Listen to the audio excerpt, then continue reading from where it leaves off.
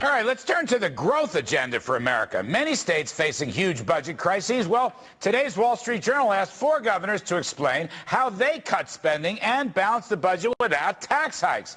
Here now is one of the authors of today's WSJ op-ed, Virginia Governor Bob McDonnell. Governor McDonnell, welcome back. You said to us during the campaign when you came on the Cutler Report that you would balance the budget without tax hikes. I guess the latest biannual was over $4 billion deficit. How'd you do it, sir? It's about setting priorities, Larry. We got a bipartisan group in the legislature to agree that tax hikes were off the table, and that families and businesses were making tough choices in their lives, and government needed to do the same thing. So we created incentives for state employees to save money. We had a hiring freeze that's accounted for tens of millions of dollars. We ratcheted back dramatically spending in some areas that had grown astronomically, even health care, education, and things like that, and just said this is what we've got to do in order to make sure that we account for prosperity in the future. So it worked. We now have a $403 million surplus as of the end of the calendar year, and jobs are growing, and I think we're on the right track. So you also made the state workers pay something into their own pensions, and I take it that is a very spiffy new reform.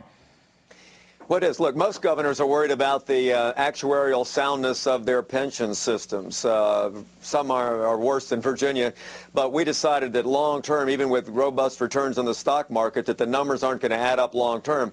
And so we have great state employees, but we also have very rich benefits, and we figured we've got to make some reductions with new employees. So effective July 1st, we're asking for additional contributions from state employees to be able to do some of the investments that are necessary to make this program work long-term. It's working, and we've got more reform to do, though, Larry, if we're going to make the numbers work long-term. All right, so let's talk some politics for a minute. You and New Jersey Governor Chris Christie started the Republican wave back in 2009. That was the beginning of the wave. The wave continues to grow. In your opinion, right now, Governor McDonnell, will the Republicans capture the House and the Senate? What do you think?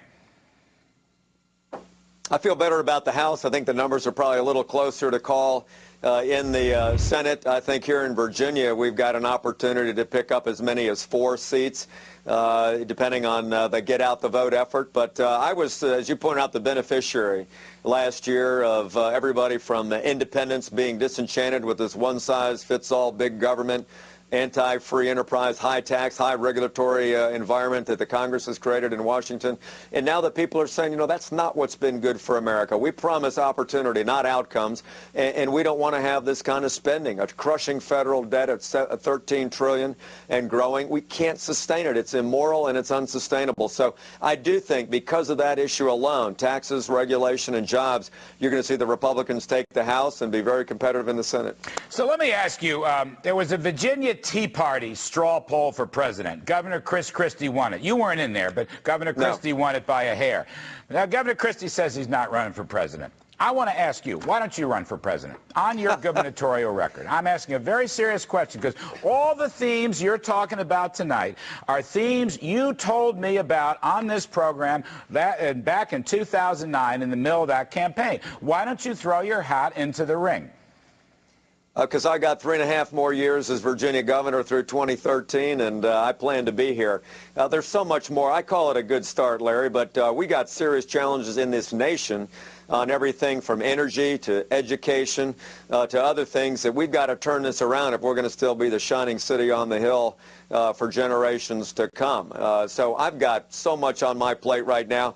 I call it a decent start, but I've got a lot to accomplish in Virginia. But anyway, thanks for the plug. I appreciate it. Well, listen, state executives, state governors make the best presidents, and I think we're learning all about that once again. And your record speaks for itself. I'm going to try to con you into it later on, but Governor McDonnell, thanks very much for coming back on the Cutler Report. Okay, Larry. We appreciate it. Hey, thanks very much. There's lots of other good Republican governors that'll be running next year, so don't worry about it. All right.